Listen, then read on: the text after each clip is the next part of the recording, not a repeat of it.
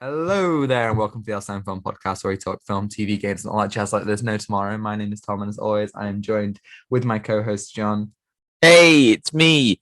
Today's a very exciting episode today. So we've got a guest, We and do.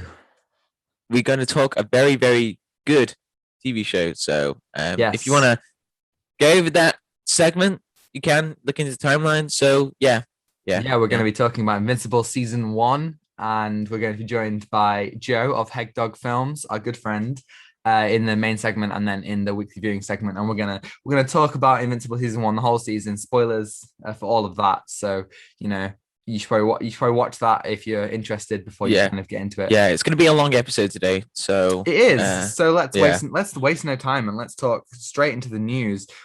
John, we're getting another DC FanDome. DC have yeah, announced that they're doing DC FanDome number 2 this time in October. It'd be a virtual event once again. What do you think? I'm very surprised about this because I thought we were just done with DC fandom because I thought that was like once in a lifetime fan service, like we're in lockdown like last year in August and we saw it and it was great. But I'm very surprised about this because are they gonna talk more about the games or are they gonna talk about the new Batman film or that I don't know. Yeah, It could be really interesting or something. Yeah. yes, I agree. I agree. I also thought this was, kind of a one and done kind of thing. But there, I guess there's a lot more to show. As you said, the games, a year on, they'll have more footage, maybe more gameplay to show from, Suicide Squad kills the Justice League and Gotham Knights. Also, I assume this will be where we get our second trailer for the Batman, maybe our first trailer for Black Adam, some footage for the Flash, maybe. It could also, Oh. be where we get announcements. Oh, and sorry. Because yeah, go on.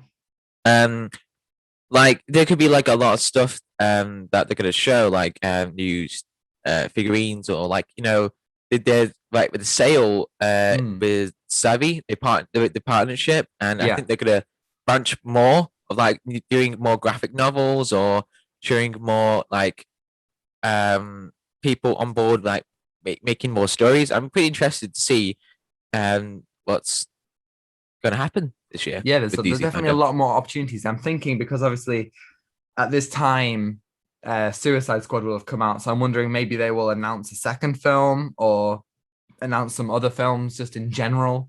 Yeah. Obviously, Oh, that's kind of what the big or draw me. is, Sorry. Or maybe that they're going to show a bit of Peacemaker that James right? Gunn is Yeah, exactly. directing. Well, So yeah, yeah, there are loads of opportunities, um, and kind of that's interesting. we it definitely is. We spoke a little bit about video games, but the rumor on the street is that we're going to be getting a Mandalorian video game. So Oh, not so obviously a while back, there was the announcement of an open world Star Wars game. So this could be that game that they were thinking of. What do ooh. you think about the prospect of a Mandalorian game? I think that would be great. To be honest, it's going to be like uh mix of like Red Dead Redemption 2, like you explore around, Yeah. you're doing like bounty hunting to get some money. But like with Star Wars, I thought it's gonna be really cool. Um Now, now I don't know, but I would think that would you be because obviously I don't think that this show could be set during the time this game, sorry, could be it set. could be before. Yeah, it Yes, could I be think it would before. either be before or after season two because during, Din has, he has his one mission of getting Grogu home. There's not really, especially in season two, he just kind of goes to where he needs to go to get Grogu back. There's no kind Yeah. of room for a whole game in there. So I'm thinking maybe a game, set beforehand where he's like properly a bounty hunter, or a game set Mm-mm, after season two where he's kind of acclimatizing to life after Grogu left and he's trying to mm-hmm. kind of figure out his place. So what would you prefer? Oh, I'm about to sneeze. I just muted myself so you Bless don't you. have to hear. Uh, Bless you. uh. So, what was the question? Sorry. What would you prefer to see? Would you prefer to see something that was set before the show or something that's set after season two, before season three? I think it would be set before. Oh, Yeah. I'm gonna sneeze again. Oh, Yeah. he's Wait, in no, another wait. one. Oh. Uh, Oh, just I got the start of that one. Bless you oh, again. I'm so sorry, ladies and gentlemen. Right. So I would like it to have like set before because I think that would work really well. You know, like to on the road to the first season of The Mandalorian, or like to understand more about Din on this journey to become this Mandalorian. You know, like there could be like some trouble that he has, or like fighting against the Empire, or you know, he's trying to um, not to be with the Empire because they could be using him for bounty hunting or to Yeah, you catch could. the resistance. There is the opportunity to have a show set. Obviously, the Mandalorian starts 6 years after Return of the Jedi, so 5 years after Yeah, the conflict ends. So I do wonder if they made a game beforehand, they could make it set like 10 years prior, like right in the middle of the Galactic Civil War. Like you've got like Din maybe getting hired by the Empire. I think that's a really cool prospect. Seeing what he was like in the world of the Empire. I think that sounds awesome. yeah, um, yeah. I think that would be the main story. You know, like trying to realize who he wants to be. You know, the Mandalorian. You know, it takes a lot of things, and you know, like, it could be um it could look into the background of the watch, right? You know, Yeah. he was raised. So yeah, I think that'll be interesting. Yeah, loads of really, really cool prospects. You could see, like the first kind of interactions of some of these characters. You see him meet Grief Karga, maybe, and like just understand how he goes from that frightened kid who gets taken up by Death Watch to, the Mandalorian as he is in episode 1 of season 1. Yeah, yeah. We also Overall, go on, yeah. overall, I'm pretty interested to see what they're making. Me Yeah. too. We also have some casting news for. Oh, Uh, casting news, I know. Tom. It's casting news. Every Oh my time, god. every time. This is so for another kind of DC project. Oh, The Green okay. Lantern HBO Max show. So Finn Wittrock, who was in American Horror Story and La La Land, he was Greg. Such a memorable character in La La Wait, Land. My Greg. favorite Oh, character. wait, wasn't he? Oh, he's the guy who He's talks to Mia's Mia, doesn't he? boyfriend. Yeah. Oh, right. I Yeah. remember now. Yeah, I remember. Like, we don't really see him. We just see him just No. walking around. Well, no, Yeah, you see him in the restaurant scene when she leaves him. yeah. Like That's talking about about yeah. what was it? What's the place? It was not. It was not Mango. Yeah. No, it's in Asia somewhere. He was talking about that. Like he's got a very nice apartment. And Mm. just see Yeah, the I vaguely remember that. It, So it yes, starts with an S. Shanghai? Wait, no, not Shanghai. I don't know. Oh well. That's gonna annoy me. honestly, I'm not the person to ask. Literally, that's like never paid attention to what they're talking about in that scene. I guess that's the point. I guess that's the Yeah, point. I think that's the point. Um, Well, somehow um, it's a curse with me with dialogue with. Okay, So so yes, Finn Wittrock has been cast as Guy Gardner in the Green Lantern show. So now we do know that this show is going to explore a lot of the kind of Green Lantern mythos. It has been confirmed to be exploring Guy Gardner, Simon Baz, Jessica Cruz, Kilowog, Sinestro, but not Hal Jordan. Now I know that you're not hugely knowledgeable about the Green Lantern lore in the comics. So yeah. what are you kind of thinking about this? This obviously Um, going in a very different direction to the film. yeah. I think. Well, I don't have a lot of knowledge about Green Lantern. What you said.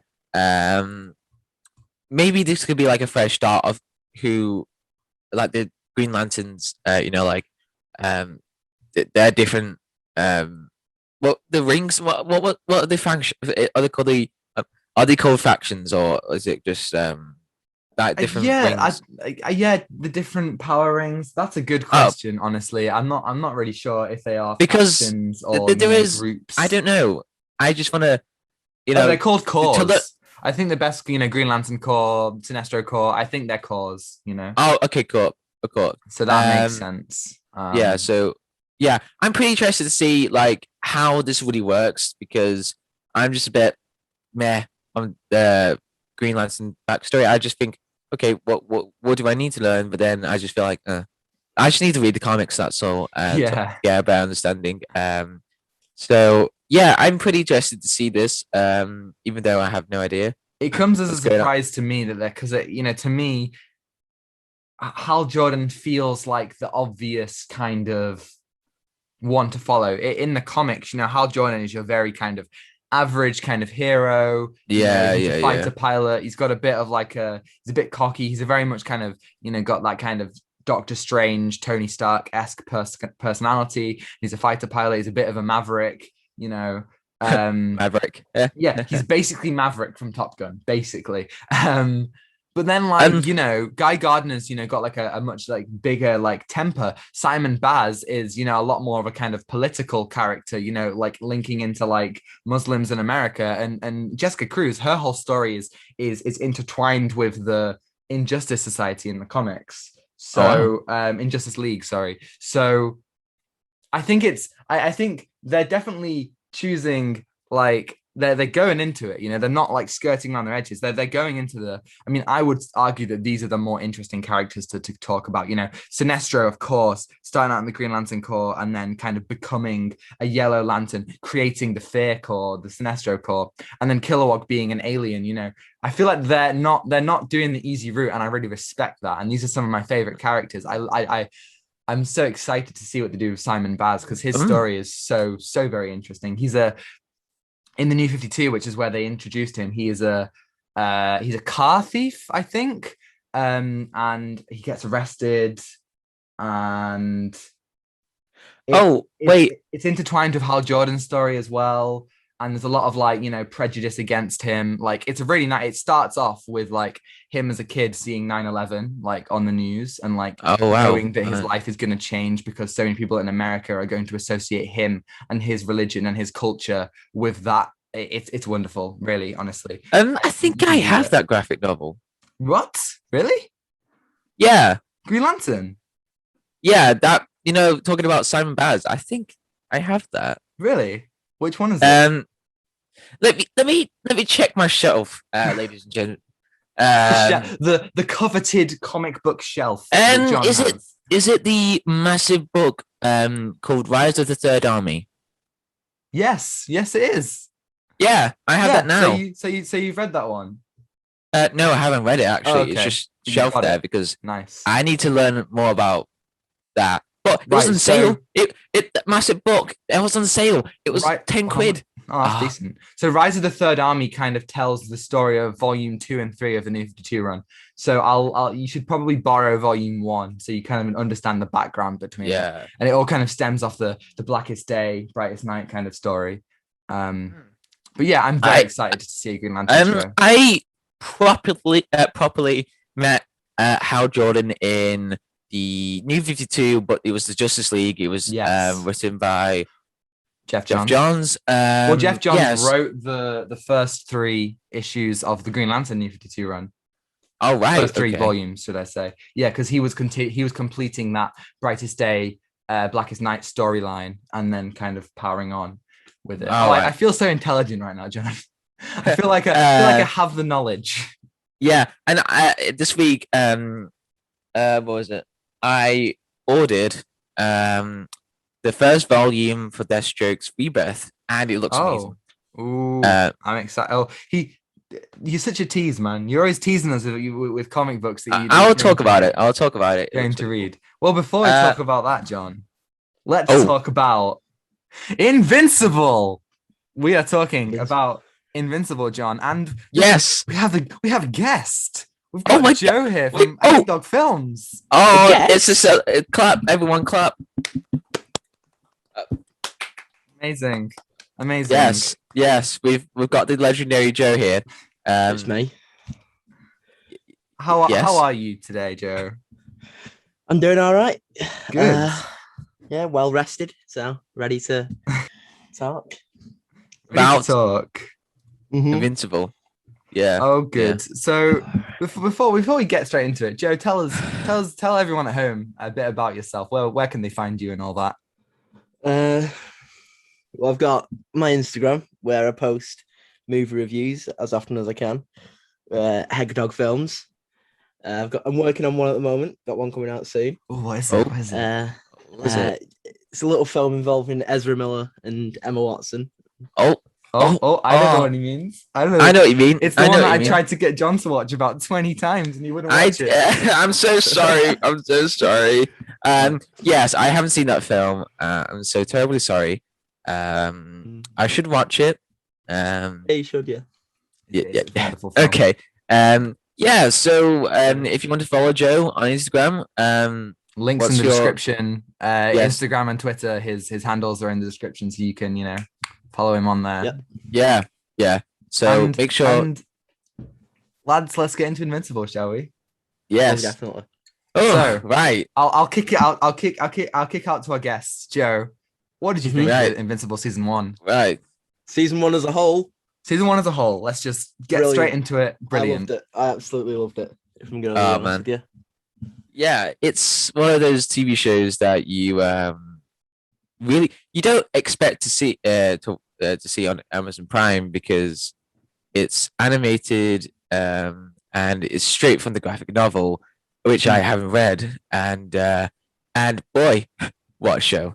Yeah, so it's a very thoughtful and deep show about like the reality of Superman, of like Army Man, and between it's like a father and son. It's just a bit messed up, in the last episode. So Yeah. Definitely. I think it's Yeah. interesting that you bring up, like the animation style. I think you couldn't, having seen like the art style of the comics, I think it was you couldn't do this in live action. And they are going to do this in No, live no. action, actually. are Seth they? Rogen, who plays Alan the Alien in the animated show, is actually developing a live action version. But I think that you don't need it. I think we've got the definitive Invincible adaptation. I think that this art style and, doing that direct comic book thing is perfect. It allows to have those vibrant colors and everything without having to worry about things not being translated too well, and I think all the voice cast just perfectly do that right. And there's so many surprise appearances in the cast just all throughout the season. You get people who you just wouldn't have expected to be in it, or you wouldn't the if you hadn't cast is Googled it. amazing. The cast It's is really brilliant. is. Yeah, you got J.K. Simmons as Army Man, who did Oh yeah. so well. Especially in the last episode.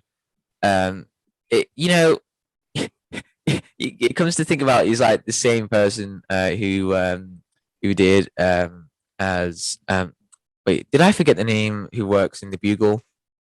J. Jonah Jameson. Jameson. Yeah, Joe. Yeah. How did I forget that? John. Jameson John. did really need those Spider-Man pictures. just punching the way through. And Needs just- pictures of Omnium though. Yeah. course. Yeah, of course. I think J.K. Simmons proves himself to be simultaneously the funniest and scariest. I think Oh yeah. in all of his Oh, roles, yeah. he proves to have such comedic timing, but he's also he can especially Omni-Man is definitely one of his most frightening performances. If you look at him in Invincible and in Whiplash, he can really make you cower, but then he can have the comedic timing that he has in Spider-Man and Palm Springs. He's just such a versatile actor, and you can't go wrong with some J.K. Simmons, You can't. I almost you said can't J. go Jonah wrong. Jameson then. It's he is J. Jonah Jameson. J.J. Jameson. Yeah. Yeah. So should we dissect episode by episode, or do we just Well, I mean, you can decide. Honestly, for me, episode 1 was 8 weeks ago. I honestly can't remember everything. So we'll just kind of I roll can. with how we can. Well, yes, John, I you watched can. it. You watched it all in a yesterday. day. Okay. By the way, Okay, John, now that you've watched a whole season in a day, you better be watching all of the Clone Wars, all the episodes God. that I sent you. You don't have an excuse anymore I for next don't. week. You just gotta power through. But yeah, I think the one thing that I would say now in general, I'm more of a fan of the kind of weekly model of watching TV shows. But I think this is one that I think I would have preferred to watch, all one after the other. There's kind of so much going on that things kind of fade into the background before they kind of come to like the surface. Like I think a prominent kind of example are the Mauler twins. They were really funny like throughout, and they were great, but I didn't feel like I was truly kind of like interested into their story at first, and so therefore, like they don't really have much of a presence until their story kind of becomes more developed. Do you know what I mean? Yeah, definitely. Yeah. I see what you mean. Like first time you just go, oh right, the story. Okay, you don't understand what they're doing, but you understand them more and about like their cloning. And it's I'm quite the funny, original. like I am the original clone, and yeah, it's just quite funny. So I think they're just the comic relief, and I really enjoy those two characters. Yeah, yeah.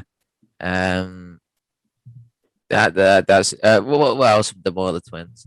Who Well, voiced who voiced it? oh God, I can remember looking, but I can't remember the guy's name exactly. Because it kind of sounded familiar. I didn't know who it was, but it could No, be anyone. I have no idea. I have no idea. So what? Let's just kind of talk about like what like everyone's kind of favorite kind of parts of the show was like just if you kind of like pinpoint like one kind of aspect of it. Joe, we'll start with you. Just kind of Just like the like how real it was for an animated show about superheroes. Like you got a good look into the lives of Mark, of Adam Eve, of like Omni-Man. You really saw how human they all were, even though Omni-Man denied it and was like, oh yeah, he's so using it human. I throughout. relate Oh, yeah. to him, man. Well, Oh like, in the man. first few episodes, he's like, he's just a dad. He plays the character of just being a dad really well. Hey But- son, do some training. Yeah. Yeah. Hey, son, I'm gonna punch you in the face. I know, Training. punch you. Yeah. And just lined perfectly, he just makes a massive crater. Yeah. Like throughout, it's just like it's for me. It's like a mix between Young Justice and The Boys. And Right. Oh yeah. I absolutely love that. Yeah.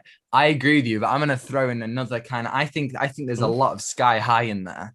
Now I don't know if you guys have seen Sky High. Oh yes, Right. Wait, Sky High? Sky High is Oh, remind me. I forgot what was that. I remember the name, but it's a kid whose parents Russell are in it. like it does have Kurt Russell in it. It's a kid who's like his parents are like the top kind of like superheroes, and he doesn't have his powers yet, but they send him off to superhero school, which like you get to via a flying bus. And they drop like cars on everyone to figure out what powers they have. And then like he gets put into the like the sidekick class and like has to kind of like acclimatize. And I found a lot of like like Mark having Omni-Man as a dad, like especially in that first episode, and him not having powers yet and feeling a little bit kind of lesser because of it. I feel like in that, especially in that, I felt a lot of Sky High vibes through it. Obviously it very quickly takes that kind of turn.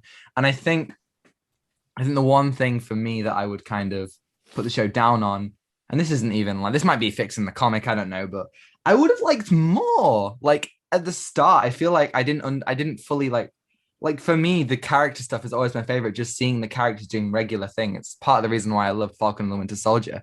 I would have loved just to see Mark hanging around his school, getting more and more kind of depressed. He didn't have his powers and he could be doing things like, like so much higher. You could have like developed his relationship with, his best friend. I feel like these things, if the foundations were a bit stronger, I might have kind of got into the show quicker. And I don't think I did. yeah, I think that might be fixed in the comics. Yeah, I don't know. I gotta read the comics because I just want to read them now, but it's impossible to get actually on Amazon. Yeah, they're not very widespread, I guess. Yeah. I haven't seen them at a lot of places. Yeah. But I think it's complete. Yeah, should we talk about like each favorite moments, or do we just Sure. You suggested it. I'll let you go first, John. Okay, so my favorite moment was, and it was quite emotional because it really impacts the whole show.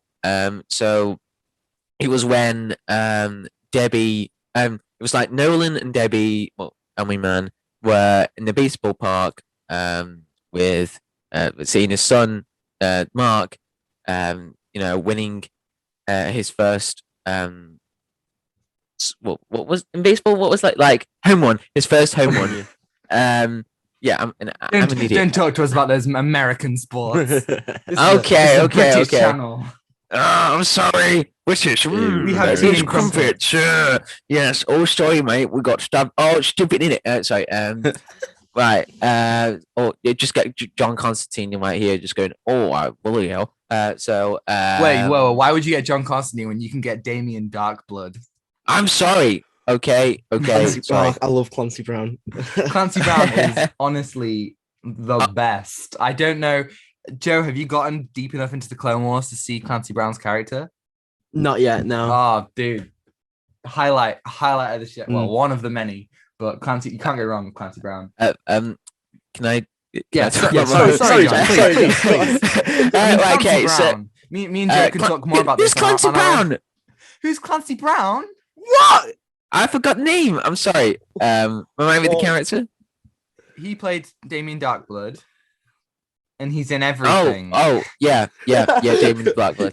He's the main kind of guard in Shawshank. Yeah, he's the guard in Shawshank.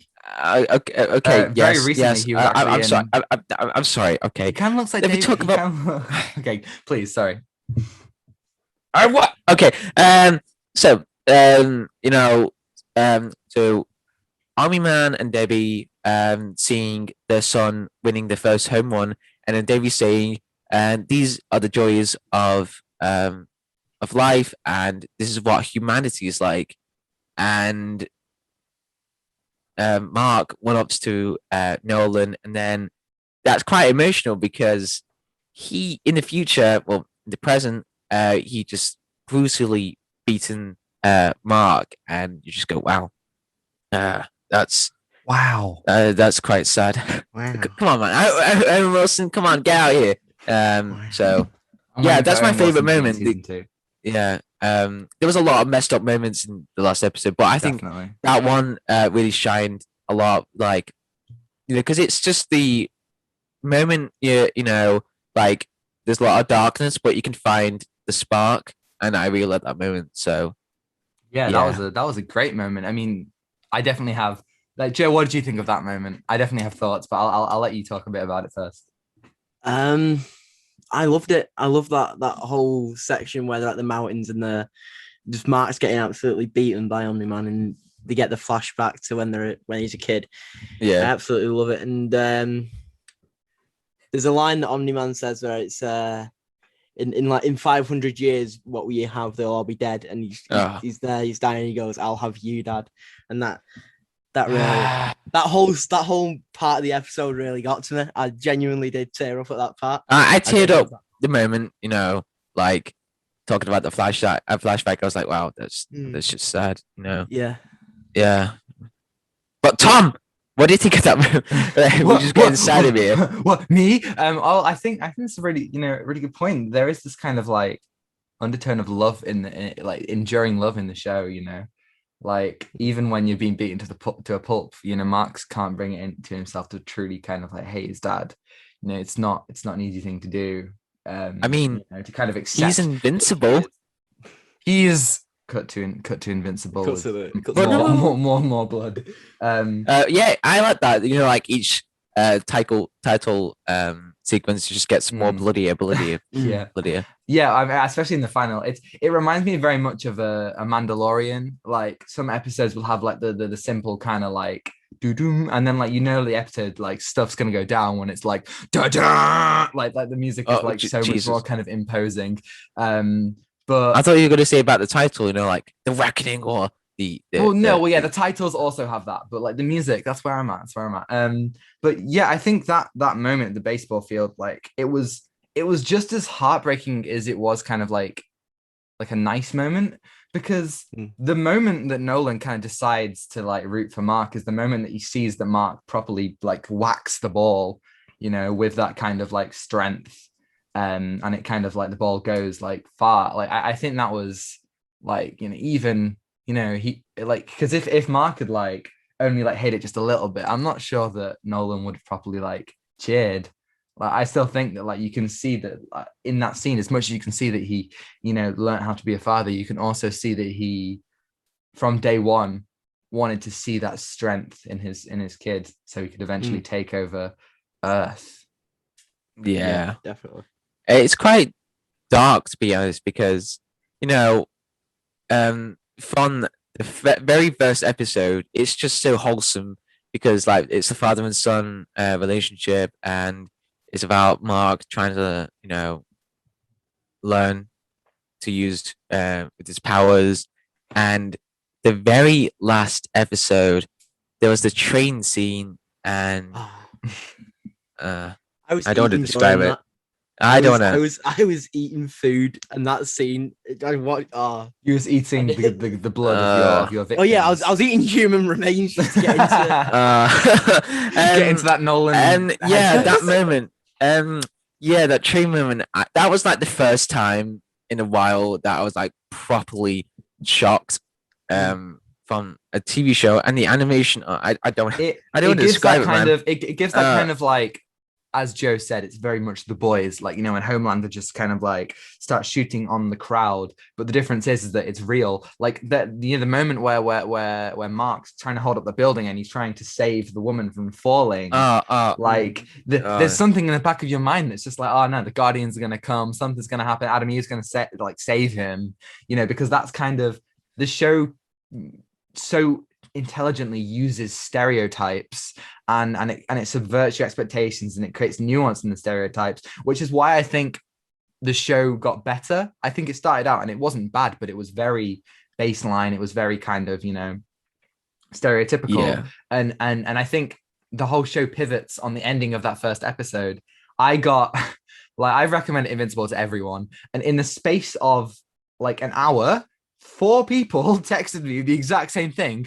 Invincible was pretty good, but that ending, literally, you, John, you texted me, like Zane, who does the thumbnails for the pod, like loads of people just saying that ending is insane. And I think that like that is the point in the show where everything pivots in that moment, you know, like if that doesn't work, the whole show kind of falls apart. But I think they really do well managing to kind of subvert the conventions that they kind of initially introduce. Yeah. It's just mind blowing. Get it in the last. Okay, I don't want to describe it. Comedy John, I'm so sorry. But it's the very last final moments of the first episode. It that's just what made like that's the proper start of the show, and it's just like, okay, this is where we're going. All right. So, it's just like really interesting because throughout the show you're getting introduced with this character. Is it Darkblood? Yeah, Damien Darkblood. Yeah. I really like that character because he's like Clancy Brown. Clues. Just finding clues. But just just teleporting around, and he's a demon. Just he is. Just he is very much Hellboy meets John Constantine. Yeah. So I thought that was pretty interesting to see, and like the relationship between Debbie and Nolan, and it was like deteriorating rapidly throughout the show. Like Debbie tried to find out what Nolan did with the Guardians of the Globe. I thought, wow, that's everything's gonna go a bit haywire.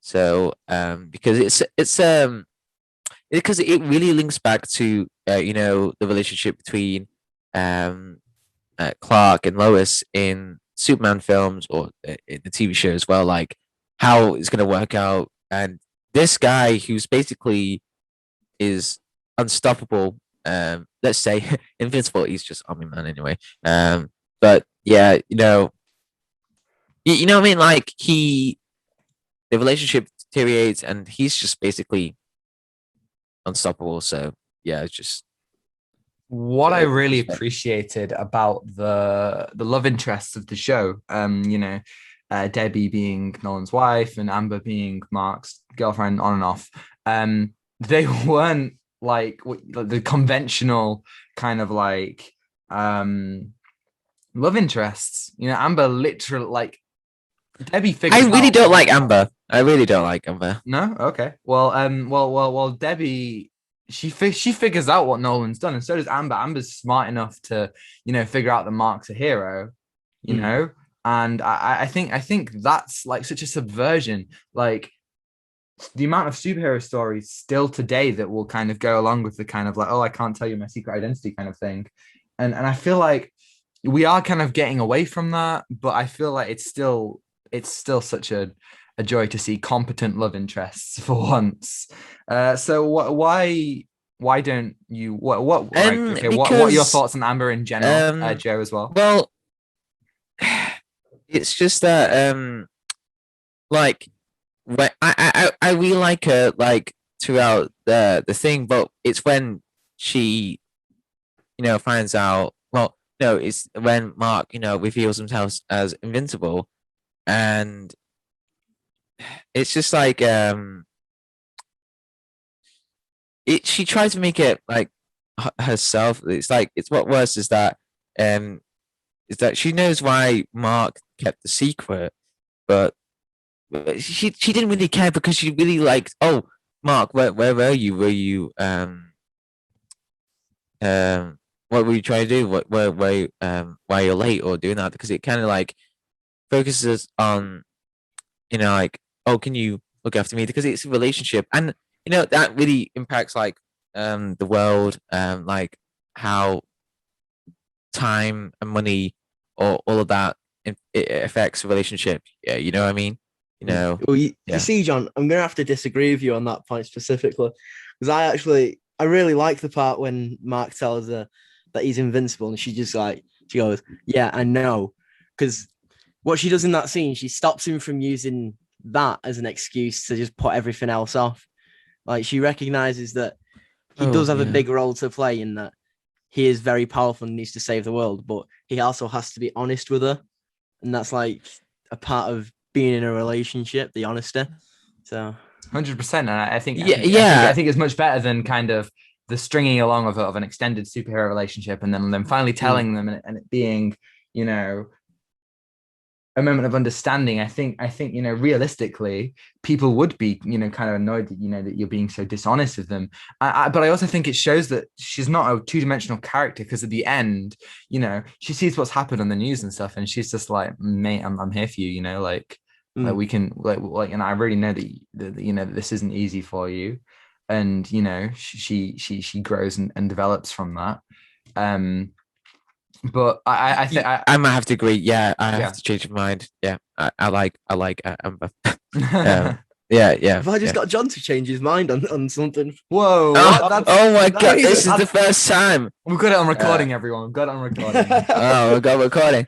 For those of you listening at home, Joe and John have an ongoing feud about Zack Snyder's Justice League. Oh, don't bring that up! No. One day, right, that's it. He's mentioned it. Let's go. No, all doors are open. Let's go. We're doing it. Okay, Zack. Right. So, yeah, I have to change my mind about that. One day, I'm gonna get us to talk about it on the pod, or Justice League. We'll talk about Justice League on the pod. There's something we can all unite about. Yeah.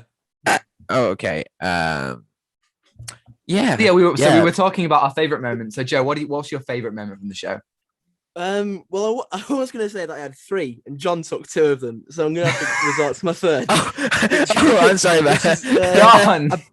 I'm sorry. I didn't mean to be Swiper from Dora the Explorer. Swiper. Watch Joe take my only thing now. I'm just going to be like, I have one thing, and Joe's just going to take it. Is when he goes to space. But it's not that. Yeah. So it's I think it's in the 2nd episode when Mark's fighting with the Guardians. Not the Guardians. The I think they're called like the Teen Black Titans. Team or something. Teen Titans. Yeah, the Teen Titans. Teen Titans. In the show. And teams. My God. He goes to the hospital. He takes this old woman to the hospital, after she's basically Oh, dying. And then when he's leaving the hospital, he finds out that she died and he's distraught by it. And it's like the first time that someone's died because he couldn't save them. that was just that's really heartbreaking, good. man. Yeah, Yeah. that's because it's just it just gives us like a stark reality. Yeah. Yeah, about like superheroes and about very like unstoppable or invincible like people trying Invincible. to He help. said it. He said it, everyone. I'm a genius, ladies and gents. Like how he's very powerful, but he can't help those who are mortal or are human. It's very, very heartbreaking to Yeah, see. I think Yeah. something that so many comic book properties really struggle with doing is showing widespread effects on people. I think you can show the stakes through the effect it has on the main characters. A superhero is in danger, a superhero dies, somebody the superhero knows directly dies. You have your very kind of Uncle Ben, like that kind of thing, where like someone they know dies, and that's kind of like a big part, especially like in big action scenes. You've got Man of Steel or like the first Avengers film, where like the public are in danger. And I think having a hero be so distraught about one person who he doesn't even know it just goes to show the type of hero that Mark is. Like, just immediately, it's not like someone super close to him. It's just somebody who he kind of feels for, and it is super distraught that he can't save them. Yeah, It's definitely. yeah. Great power, big. John, do you mean if you have a moral responsibility, wait, no, if you had a moral, what is it? And remember the quote from Amazing Spider-Man? If you have a moral choice to do something, I refuse to remember anything from Amazing Spider-Man.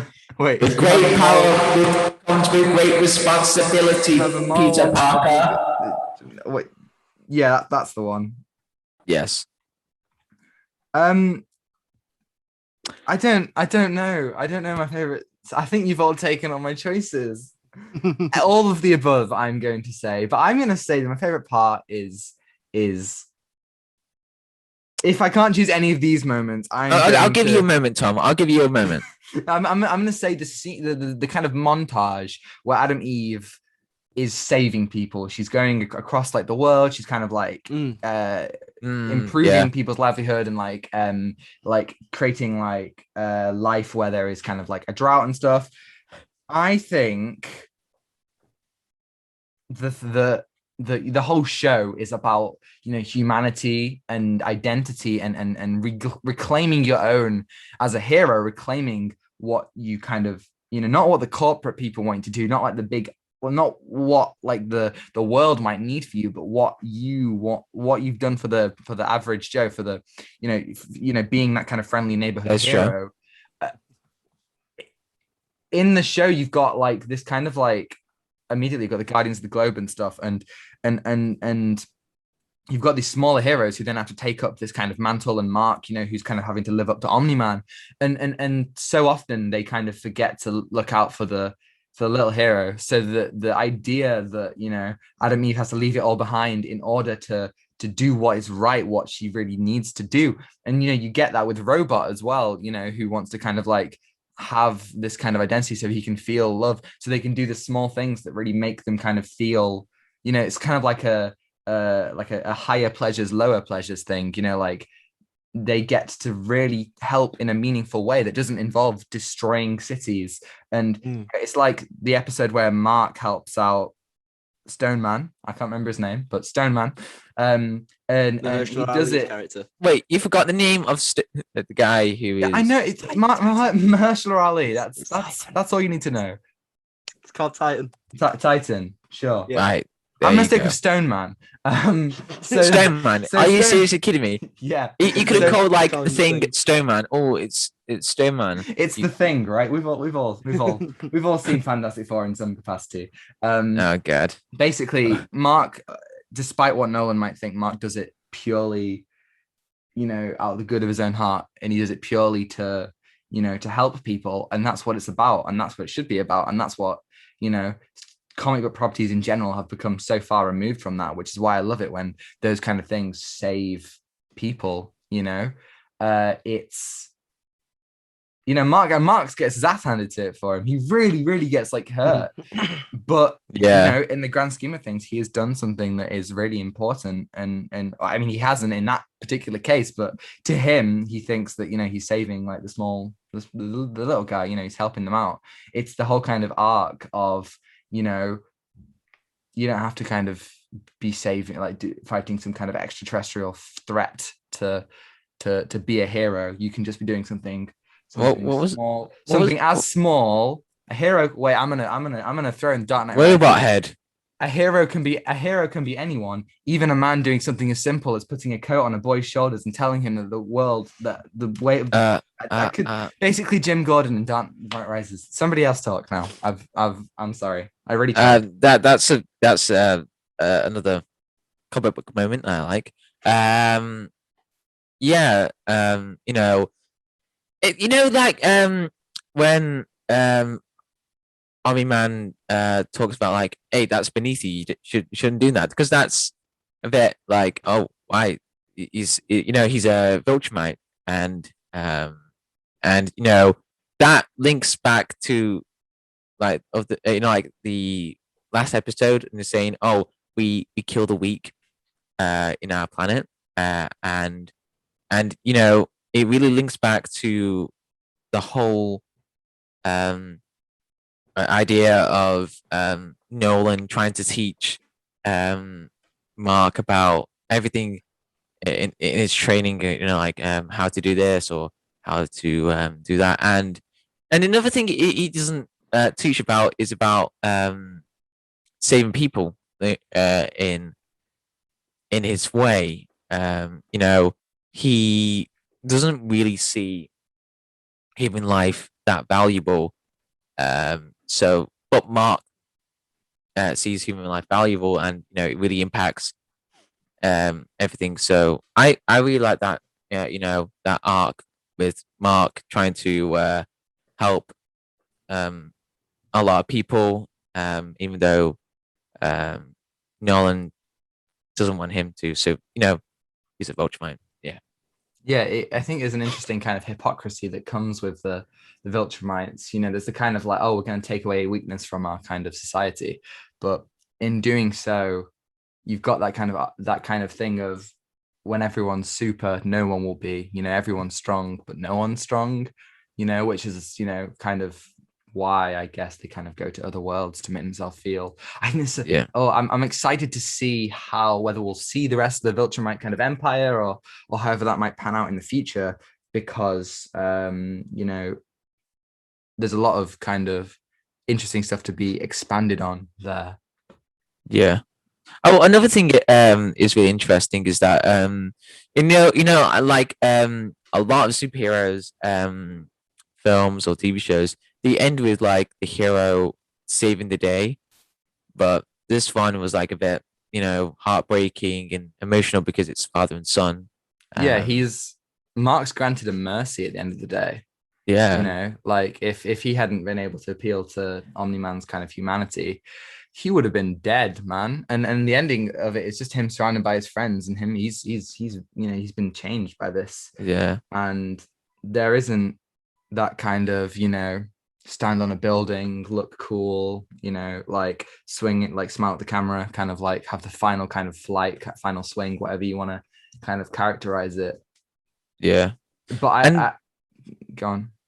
Sorry. Yeah, right. So I know that I'll talk about this moment later. The last final bit of the show, I really liked it. But yeah, carry on. You were gonna say? Sorry. I don't remember, John. I don't remember. Oh, I'm so sorry. So what should we talk about? Well, I mean, just any other thoughts in general. I'm gonna ask Joe directly, because I feel like we're taking the spotlight. Well, yeah, definitely. For me, the whole show is about being more human and being a better person overall. A lot of characters definitely do that.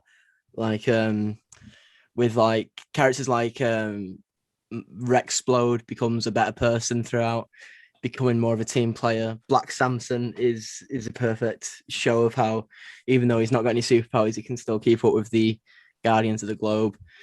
Mark has to tackle with being both a human and a Viltrumite and balancing the powers that he has with being a regular kid who's trying to get through high school. And like even to an extent, I think that goes with Omni-Man at the very end.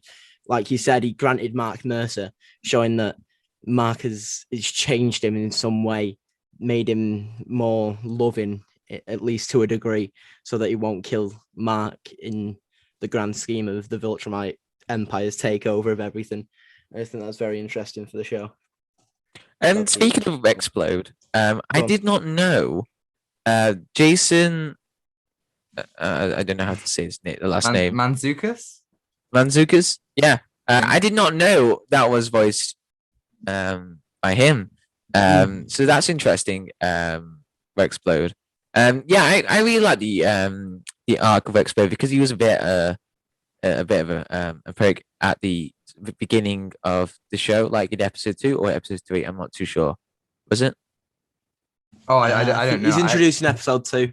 Yeah. Okay, cool. That's Yeah, right. yeah. And you see throughout that at the final moments in the show, he wipes off the blood in the HQ Guardians globe, and he's trying to wash it off. Like, we earned this. We earned this. We saved those people, and I really like the arc. So yeah. I think that's my favorite moment. I've decided is when Black Samson kind of like squares up to him a little bit, and all the rest of the Guardians kind of get ready to attack Black Samson, and it's like, you know, that like and then he's like, well, now we're a team because you're ready to defend Rexplode, and I think that's wonderful. It's again, they don't become a team because they defeat the bad guy. Far from it. They become a team because they learn to empathize with each other, to save people, and to kind of, you know, to work together, you know, to do the right thing, and not to defeat the villain, but to, you know, just be better people in general. Rexplode is a perfect example of someone who is a real asshole at the beginning, and then he, you know, he regains humanity, I guess. Yeah, I really like that. Yeah, definitely. Should we talk about individual characters that we liked in the show? You sounded like you're so grasping at straws. Like, I don't know what to talk about. Let's just talk about, like, because there's so much to talk about. I actually want to ask about. So yesterday, just after the finale aired, or maybe it was the day before, I don't know, but it has been announced that Invincible has been renewed for seasons 2 and 3. Now, given that, yeah. Now, given that none of us have read the comic, and I assume that none of us really know like anything about the comic story, but I mean, if you do, that's fine. What do we all want to see? I'll start with Joe. What do you want to see from season 2 and 3? How do you want the kind of story to go? I want space stuff, like with Alan the Alien and the Council of Worlds that he was talking about, that Mark has to help them with the Voltron Empire that he needs to defeat. I think that'd be very cool if we saw a lot more space stuff. But if they just stick to the human element and stick to the characters being good characters, I think it'll do wonders. Like if we get a lot of stuff with Mark and Amber having a good relationship whilst also being a superhero, that'd be cool. I think we could get a lot more of the new Guardians of the Globe just doing stuff, being a team now that they've come together properly. I think that'd be cool. Yeah. I have to probably some Mark and his mum's relationship being stronger now. One of the kind of like really kind of poignant images was like him coming into her room and her just being crying, and then him just not having the kind of capacity to you know, to comfort her, just having to leave, because what would you do in that situation, you know? I think you bring up a really good point. I think they should stick with the stuff on Earth. I think, you know, you can't take every single character to space, and I feel like as soon as you go to space, no one's going to want to watch the Earth stuff anymore. You know, it's a lot of shows really struggle with an A plot and a B plot because the A, like, I think Family Guy is a perfect example. 9 times out of 10, the A plot is so much more compelling. You know, like that there'll be like a Brian and Stewie kind of like time hopping thing, and then there'll be like a Chris thing, and no Hey, one wants to Brian. watch the Chris thing. You know, everyone's so much more interested in the A plot, and I think if you go to space, you know, and then you cut back to like, you know, the people on the ground, I feel like it's going to be a lot less compelling. And so I think they should let the space come to down to earth and see everyone kind of react to it, and have, you know, that continued exploration of humanity. Obviously I don't know how the comic goes, but yeah, I definitely Yeah. think they should stick to what made the first season so Yeah, stick it to Earth. Yeah, I'm pretty interested to see like, are they gonna like pick characters from the graphic novels on screen in the next few seasons, next 2 seasons, sorry, and how it's gonna work. So I wonder if there's gonna be more consequences in the next season, or well, it looks like there uh, will straight away. Like the ending kind of montage shows that a lot of the stuff, you know, with Titan, I know his name. It, like, you know, that kind of stuff comes back. There's stuff like with the Martians and like the parasites. That all seems like it's going to and the come back in some Flaxons. capacity. Yeah, right, exactly. Yeah. And I really like the moment, you know, like it comes that montage, you're thinking, oh, what's he gonna do? And then he just goes, guess I'll just finish high school. Yeah. Right, That's yeah. good. That's good. Well, that's what I What's want to high school? see. That's what I want to see. It's like, you know, I want to see Mark be at high school. It probably comes from a deep-seated, like, you know, want just to see Spider-Man do that. But it is kind of like that's what I want to see. I don't want to see, like, you know, I'm not that bothered about seeing Mark like deal with like extraterrestrial threats. That's cool, but I want to see him like juggle like a regular life and the life of a hero. I think Mm. that's always the most interesting kind of stuff. And I think, again, you know, with how many comic book stuff we get a year, a lot of it forgets about that kind of side of it. I think it's very interesting. I just asked you both, you know, what do you want to see? And neither of you mentioned Omni-Man.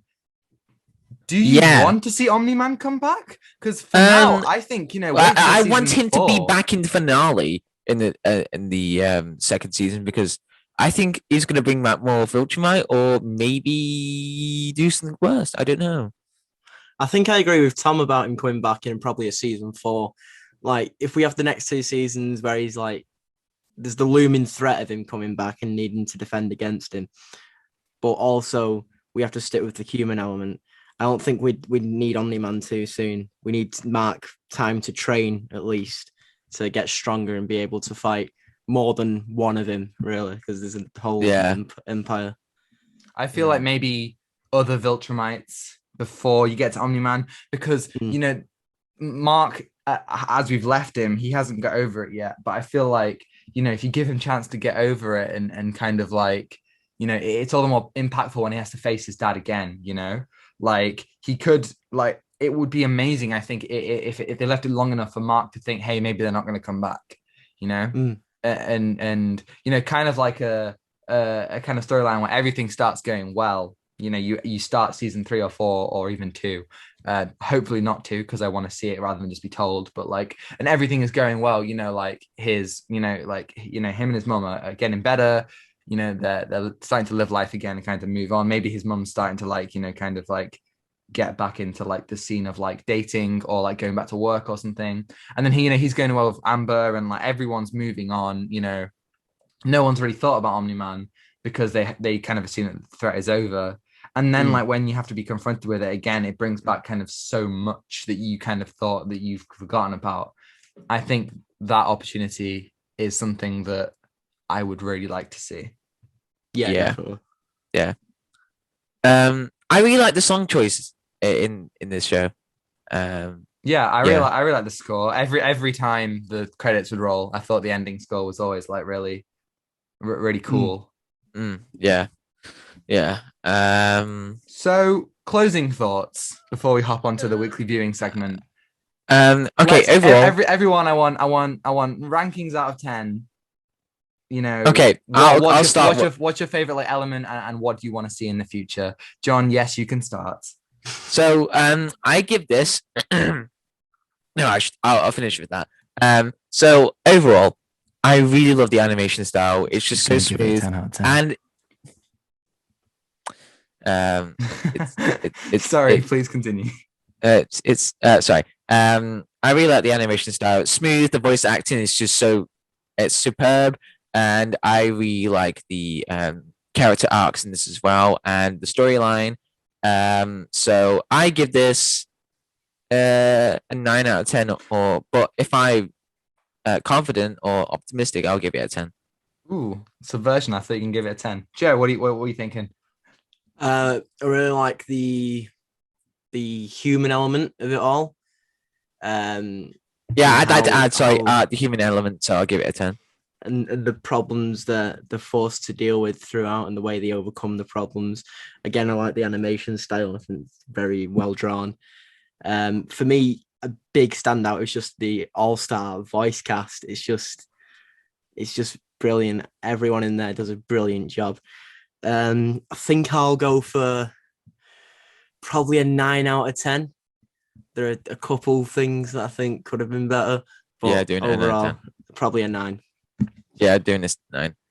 Yeah, I agree. The exploration of humanity and identity is brought together wonderfully with, that beautiful art style and the all-star cast. The one thing I would say is, particularly towards the beginning, it felt like I wasn't given enough time to fully understand what life was like before Mark got his powers, before all that stuff. And I feel like everything ramps up, which is a good thing, but I do think it started and I wasn't, other than I was like, okay, everyone's saying that the comics are great, so I'll continue. There wasn't anything that really made me want to like watch more. So yeah, I'm going to agree with you guys. 9 out of 10. Loved it. Yeah, it's a great show. It And is. I would love it again. I would watch it again. And there's so much stuff to talk about. I really like the character of Cecil, Robot, and all other characters that I really like. So yeah, so that's my closing thoughts of and do it again, Tom. Do it again. Put it on screen. Invincible. Invincible. It's been on screen this whole time. There's nothing. Yeah. Well, I'll throw some blood on the editing. A splatter of blood. I'll have to get out my blood bucket. It's in my cupboard. It's fine. Blood bucket. Where did you get the blood from? And with that, we'll move to the weekly viewing segment. We will start with the weekly viewing segment. Over to Joe. What have you watched this week? This week, I have watched Vice with Christian Bale, Steve Carell, and Sam Rockwell. I watched Perks of Being a Wallflower, and I watched Goodfellas. Ooh, so which one do you want to talk about first? Talk about Goodfellas first. Okay. All right. Okay. Out of the three. Nice. I loved it. It was phenomenal. Is this your first time? Did it? Yeah, Have you just lost your Goodfellas virginity? I did, yeah. Lost it this week. How was it? I feel like a new man. I do feel special to have lost it this week, if I'm going to be honest. Oh, that's good. It was really good. I loved it. I did love it. So what do you think of the characters? What do you think of the story? It was phenomenal. It was brilliant. It's probably the best gangster movie that I've watched. I'm yet to watch the Godfather. I'm going to watch that over the summer. But yeah, I love Ray Liotta. He's just I do. He's charming. Robert De Niro is absolutely amazing. Oh, Robert De Niro. Can't go wrong. You can't go wrong with Robert De Niro. Even in the Meet the Fockers movies, he's hilarious. And Joe Pesci just steals the show. Oh yeah, Joe Pesci. Part. Yeah, it's really great. Have either of you seen Lethal Weapon 2? No. Right. You want like prime Joe Pesci content. Lethal Weapon 2. And I think he might be in 3 and 4 as well, but I haven't seen them. Lethal Weapon 2. He's awesome. Anyway, sorry, Joe, continue. So Goodfellas, 10 out of 10 for me. I'm not gonna lie to you. Wow. Okay. I'd have to agree. I watched Goodfellas 2 years ago after my GCSEs ended in the summer, and yeah, it has to be my favorite Scorsese film of the ones that I've seen.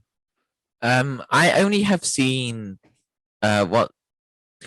I think I only seen Shutter Island, and that's it. I From thought, have you not Scorsese. seen Wolf of Wall Street?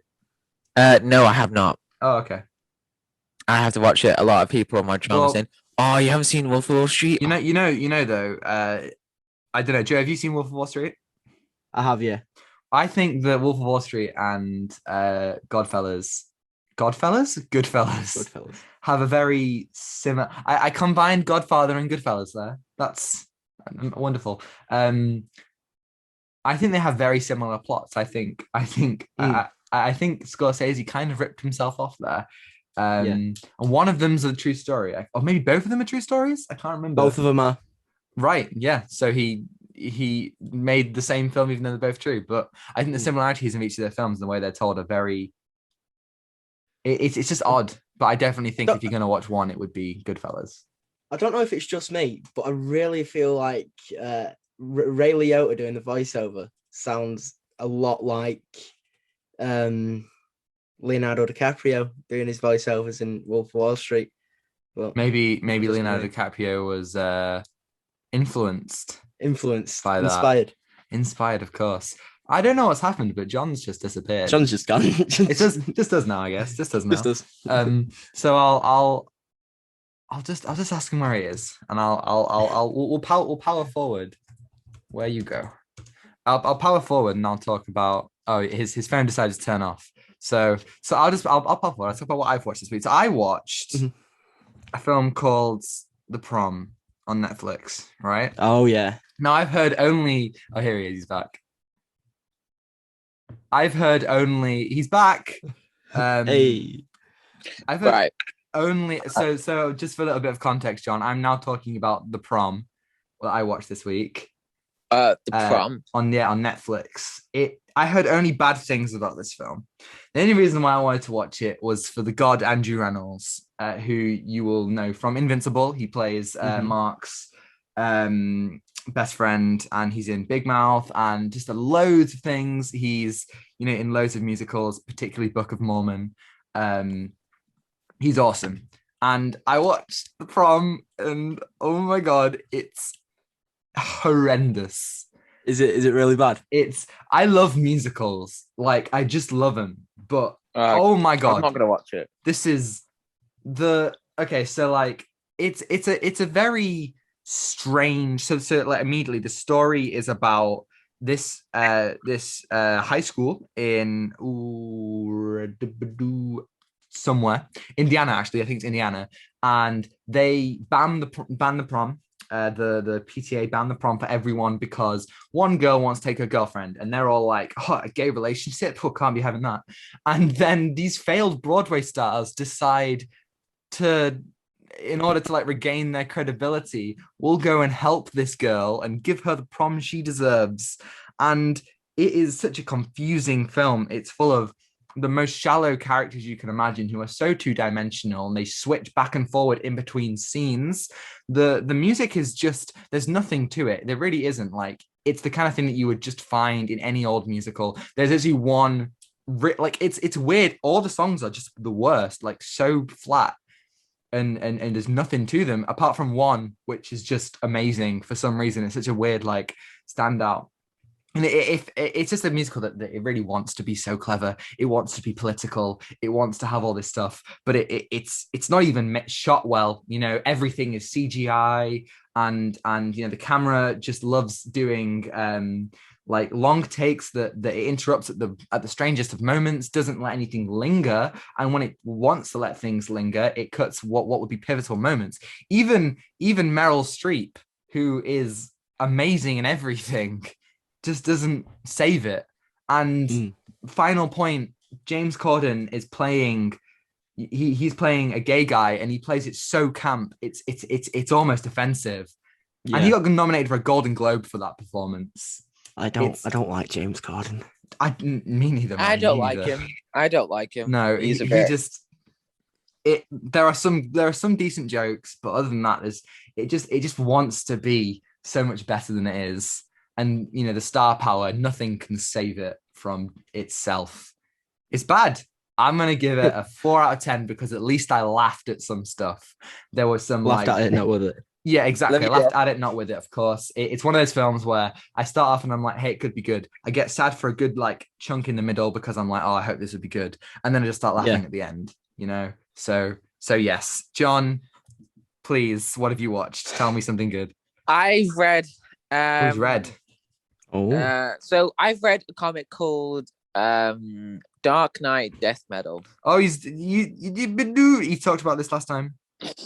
Yeah, but I talked about the introduction of it. But Yeah, no, I know. You teased us. You said that you were going to talk about it. So I've been waiting for yeah, this. so uh, um, this is one amazing comic. So this is a sequel to Dark Knight Metal, written by Scott Snyder and drawn by Greg Capullo. The Two Lord and Saviors. amazing. The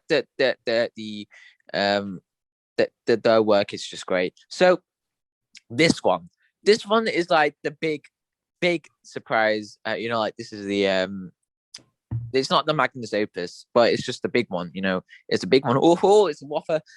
So this one, there's so much to unfold from this comic, and it links back to other massive events such as Doomsday Clock, Crisis on Infinite Earths, and other crises as well, and Flashpoint, yeah, I think as well. So it goes a lot of stuff, and it's just processed, very carefully, and it's just it's not too confusing, but it's great. And the heart of the story is Wonder Woman.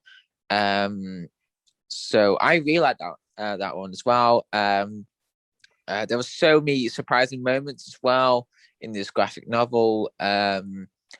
And the writing I really loved in this one. It's Scott Snyder. You can't go wrong with Scott Snyder. So if you read Endgame or anything it has so many moments like that as well. And there are a lot of plot twists in this as well. And I would recommend it. I will recommend it. Reading it. It's not a masterpiece, but it's a great one. I would recommend it. So I give it a 9 out of 10. Nice. So Joe, what are you talking about next? Vice or Perks of Being a Wallflower? I'll do Perks of Being a Wallflower. I need to watch Vice a few more times. Oh, okay. I didn't really like it that much. I'm not gonna lie. Okay, interesting. I wrote a couple things down on my phone because we're getting an inside look into your next review. One of my main things that I said about it is that it feels like a movie written about edgy teens and mental health and repressed trauma by a guy that knows nothing about it. It really, for me, the characters are very basic to the bone. They boil down to one trait, like Charlie's the repressed trauma, and that's his whole character. Ezra Miller's character is just that he's gay, and that's his whole thing. And it's not interesting to me for most of it. The last 10 minutes is the most interesting part, in my opinion. And even then, that's just because we're getting told what the whole thing was really about. But overall, it was probably a 6 out of 10, in my opinion. But interesting. Interesting. I used to love this film a couple of years ago, which is the last time I watched it, and I think you've really hit the nail on the head of what I actually have a review of it on the pod Instagram, which used to be my review account, and I'm pretty sure I gave it a 9 out of 10 at the time. And what I said about it was that there were elements that didn't feel. It felt like it didn't understand. I think the kind of it didn't understand the high school life that it was going for. It was as if it was written by somebody who hasn't set foot in a high school for years. And I think you really hit the nail on the head. It is by somebody who doesn't understand the issues. And I think that there's a lot of individual scenes that work really well. I specifically like the hero scene at the beginning and the end.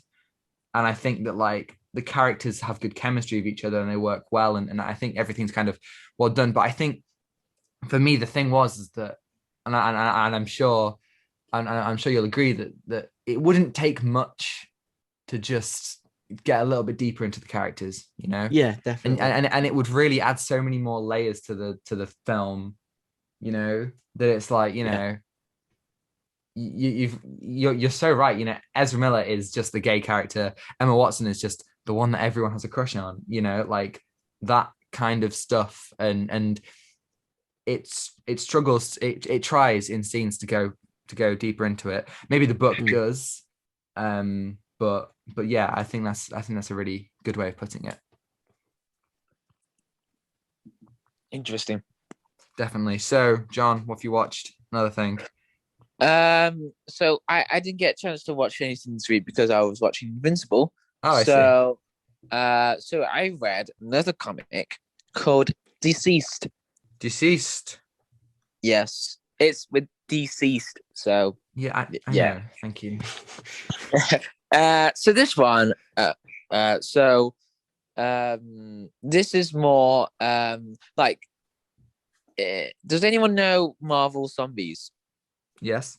Yeah. Right. So that was a mess. That one, because it didn't really look into the side effects of that as much. It wasn't that consequential. So for this one, Disease is world's.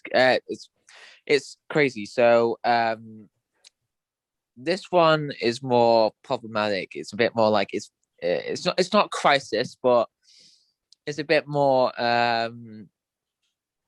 smart. It's a bit more smart about this. So the story is that there's this anti-life virus that was unleashed by Darkseid, and he used that anti-life virus from Cyborg, and in an instant, when Cyborg just arrived on Earth, he infected 660 million people in a second. Yeah, that's crazy. So there's a lot of things like I really like about this. So like how people step up with their roles and how they're going to work together against this with this infection that was unleashed by Darkseid. And there was some moments that I really liked as well. John Constantine, I did not expect John Constantine to be in this one, but he was, and I really like that as well. But I kind of wish there was a lot more characters that were important in the main story. But I really like Superman in this one because it reflects about him trying to save Earth from this infection, and there was a lot of sacrifices that he had to make in this one, and it's quite heartbreaking to see as well. So it's a really great comic, and it's a great read if you're into like some zombie stuff, or how the Justice League works together very carefully about this, and it brings back a lot of characters from DC history into this massive story. So I would give it a 9 out of 10. Very nice. I think it's interesting that you kind of talk about how it brings so many different elements. It's so difficult for such a big kind of universe to do like a big kind of universe shattering, event, like because you've got so many bases to cover, so many different things to kind of look at. So I think it's good that it sounds like it does that, well. It's like Civil War in Marvel has so many different, if you read Civil War, you're not even getting a fraction of the story because there's so many tie-ins that talk about, because everything is tied in with so many different universe, so different people throughout the world. So I think it sounds good that doesn't just kind of ignore all of that. Yeah, and it's more human, and it's quite world scale, devastating. So yeah, I would give it a read. Yeah. So Joe, are you going to talk about Vice or? Uh, I'll mention some stuff that I liked from it. Okay. I thought it was very Oh compelling wait, I just realized I throughout. missed out myself. Oh yeah, go on, Oh, Tom. Go on. Oh my god, what am I doing? I read a couple weeks ago. I talked about how I read The Dark Knight Returns, oh no. which I thought was wonderful. Yeah, you know it's coming, John. You know it's coming. I read the Oh sequel, no. The Dark Knight Strikes Again, and Oh I no. something wrong with this one. It Oh feels like Frank no. Miller just went mad. It felt like he was just like okay. He So was high. this is I he could was tell he he was. he was high and horny whilst writing this one. This Um, one Me most is of the time. is it? I mean, yeah. I mean, it's true. I This is uh, oh yeah, yeah. Okay, go on, John. um, Please. No, you this is my segment. It's fine. Tom. I don't want to sound mean or anything, but you gave this over Christmas, and Yeah, I I did. was I'd not. never I read was it before, John. I'd never read it before. Also, it's not the first time that one of us has gotten as a okay, graphic okay, novel okay, that the other didn't like. and uh, I was in quarantine, so I remember liking the graphics, and I was going a bit crazy in quarantine because college had someone there, blah blah blah. So you gave me the graphic novel. I was like, okay, I'll give it a read, and I remember liking it. Funny, John. You're funny. Yeah, You go on, fool. Tom. It's first of all, the artwork is ridiculous. It's like they just scribbled everything, and it's very difficult to kind of figure out what's going on. A lot of the time, there's a lot of like a lot of explosions and big like whack, like bang pow, which doesn't like really kind of come together in a nice way that's kind of visually satisfying. Just as like someone's kind of spilled a load of ink on the page a lot of the time. The way that they draw women, always just like big lips, big ass, big boobs. It's ridiculous. Like there's no kind of, and so many of them are naked and wearing like really like like there's literally like a group of like female heroes who are their like whole thing is that they wear slutty outfits. And it just feels so like this is not what I want from my Dark Knight Returns story. The first one was about like ideology and stuff, and yeah, the second one has some ideology in it, but there's so much of this kind of like male gazeness to it that I just didn't find appealing at all. But beyond that, it drags in so many different elements for elephants. There are no elephants in it. There are no elephants, but elements. It takes in so many different characters from the DC universe, and it's just frustrating how it loses its focus on what made the first one, kind of so compelling. And just in general, it really goes for a big swing, but it's a giant miss. Honestly, I'd give it a 3 out of 10. I like some of the stuff, but I think that it's so unfocused and so kind of sporadic. So yeah, now Joe, you can tell us about Vice. Well, some of the standouts for Vice for me. Christian Bale is amazing As always. as Dick Cheney, as always. He's just great. Steve Carell puts in a brilliant performance from. It's not a performance I'd expect to see from him, but it's still great. It's not very comedic. It's much more of a serious role from him. I think he does it very well. And Sam Rockwell does George W. Bush very well. For me, the ending is the best part. Not that the rest of the film isn't great, but there's a speech that Christian Bale does at the end to the camera. And I think that was just very good. And yeah, that's my opinions on Vice. I think it's probably a 9.5 out of 10. Ooh, short but sweet. Very nice. Wasn't Vice nominated for Best Picture of the year? Was, I believe, yeah. Do you agree with that? Yeah, it was probably. the same year as Green Book, Star is Born, Black Panther, Bohemian Rhapsody, I think. Yeah, definitely, yeah. Yeah. Some films that I do not think should have been nominated, but that's fine. I believe the Hollywood Reporter called it, quote, the best film of the year. So. Oh, very nice. Does it say that on the front of the DVD? It does, yeah. I see what he's trying to do. So, John, do you have a third thing that you've watched this week? No. Okay. But I've ordered a film that I'm gonna watch. It's called Only God Forgives, and it's got Ryan Gosling in it, and it's the same director who did Drive. So Ooh, exciting to hear about that next week. I'm going to end just on the final thing that I've watched. I just think I've got to cry it out to the world that everyone needs to watch this show. I've just finished rewatching season 1. I've watched it like 1,000 times because it's literally the greatest TV show I've ever watched, and that's really high praise. Spaced. Now, John, I know that you've seen Spaced. Yes. And Joe, have you seen Spaced? I've seen some of it seen some of it, yeah. I think it's very good. Okay. You need to watch it. Okay. You need to watch the rest. Obviously, everyone knows, the Cornetto trilogy, Scott Pilgrim vs. the World, Baby Driver, all Edgar Wright specials, and everyone knows that he's so good with his editing and his cinematography. But what a lot of people do know is that he started out with a TV show called Space, written by Simon Pegg and Jessica Hines, who, Simon Pegg has written the Cornetto trilogy as well with Edgar Wright. And it's just a story about two people who are homeless and have to move into a flat together. And, they have meet friends, and they just kind of have like a hijinks. But the big thing is that they have to tell the woman owning the flat, the landlady, they have to tell her that they are a professional couple to get the flat. And then it's like a whole thing of they're kind of keeping the secret from her, and they go through loads of things. But the thing that makes this show so very good is the way that it's all put together with such incredible chemistry from all the cast and movie references galore. Let me tell you, every single time I watch the show, I notice a new reference.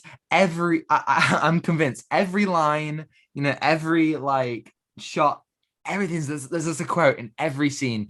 There's a reference in the background, or whether it's specific. Like in the first episode, you've got Shining references. There's even a Star Wars line that I just noticed watching it last week. It's so meticulously done and so cleverly done with some, the kind of brand of comedy the Cornetto trilogy does so well, and characters that are just iconic. I mean, Brian, come on. But also with a deepness to it all the characters, it comments on life and about the nature of the industry that, the people, the characters, are trying to get into, and the nuances of stereotypes. This is made early 2000s, so there is a lot of stereotypes in there, being, the nerd, the artist, the fashion girl, the kind of army guy, but it's all done with so much wit, but also so much kind of emotion. And I struggle to think of a show that's better than this show. It's absolutely incredible. Joe, you need to watch it. I will. All of it. Everyone needs to watch it. John, watch it again. I'm going to watch it again. It's the best. It's so good. It's on Netflix. It is Everyone watch it. It's so good. So I think that's it. Is that it for everyone for the weekly viewing segment? Yeah. Yeah, that's it. I think. Yeah. Well, it's a sad one, but thank you everyone for watching. Thank you, Joe, for joining us. Of course. Thank you, Joe. Anytime. Well, anytime. We do actually have plans to talk about the original Suicide Squad, the extended cut of the 2016 Suicide Squad film. Nah. John, you've never seen it. I'm gonna let you borrow that Blu-ray. We're all gonna rewatch it just for before the Suicide Squad comes out. So guys, if you liked seeing Joe, you'll be seeing him again to talk about what is clearly the best film that we've talked about on the pod so far. I mean, without a doubt. I mean, no one's gonna disagree with me there, right? I'm not hearing anything. Cry, Tom. Oscar winner Suicide Squad. So yeah, do you want to repeat where everyone can find you, just so if anyone wants to check out Joe's reviews? Over on Instagram at HegDogFilms. Find me there. Yeah, he's got a Perks being a Wallflower review coming. Yeah. We're all on tenterhooks, Joe. You're now on peep out for that. You've now got expectations. I know. And I'll try and get it up for when the pod goes up. Oh, okay. So you've got a day. Yeah. You've got a day. Good luck. Yeah. Good luck with that one. So next week, John and I will be talking about The Bad Batch, won't we, John? Yes, of course. Yeah. You know what that means, John. You've got a lot of Clone Wars watching to do. Good luck. And so as always, thank you for watching. If you want to get in contact with the podcast in general, you can email us oursteinfilmpod@gmail.com or get in touch or just follow us on Instagram and Twitter at oursteinfilmpod. I've been posting a lot on Twitter recently because I've been trying to kind of like grow our kind of footprint, and also there's a lot of opinions that I have. You can find me at Tom Bourbon on Twitter. You can find me Comedy John 42 on Twitter. Where can we find you on Twitter, Joe? Joseph Hegarty 16. The link's in the description, I think. It is in the description. We're all in the description. No, we're not. Oh, the yeah, links we're are. in the description. We're not in the description. The links are. We're not trapped. We could be trapped. Oh, no. I'm trapped. Help. I'm trapped. The Outtime podcast won't let me leave. So yeah, you can. So yeah, tune in next week, and of course subscribe and like if you enjoyed and want to see more. And you can hear us talk about the Bad Batch next week with Joe tied up in the corner. It's fine. It's all fine. Joe's trapped. He's here forever now. Joe, so you're trapped here now. Yes. No. Yeah. Be safe. Of course. Please wash your hands and wear a mask. Things are getting better. Well, you see, John, you say that every week. I guess they are getting better. Maybe they're not. We don't know. Me and Joe have just started our A-level exams. I'm dying inside. Very Don't slowly. remind me, Tom. Everything will be all right. Did you enjoy the film exam, Joe? Yeah, I didn't did you? enjoy my others, but I enjoyed the film one. Yeah, the film one was all right. Vertigo. Well, one day we might talk about it. But yeah, so Joe, are you familiar with our kind of ending routine that we do at the end of every pod?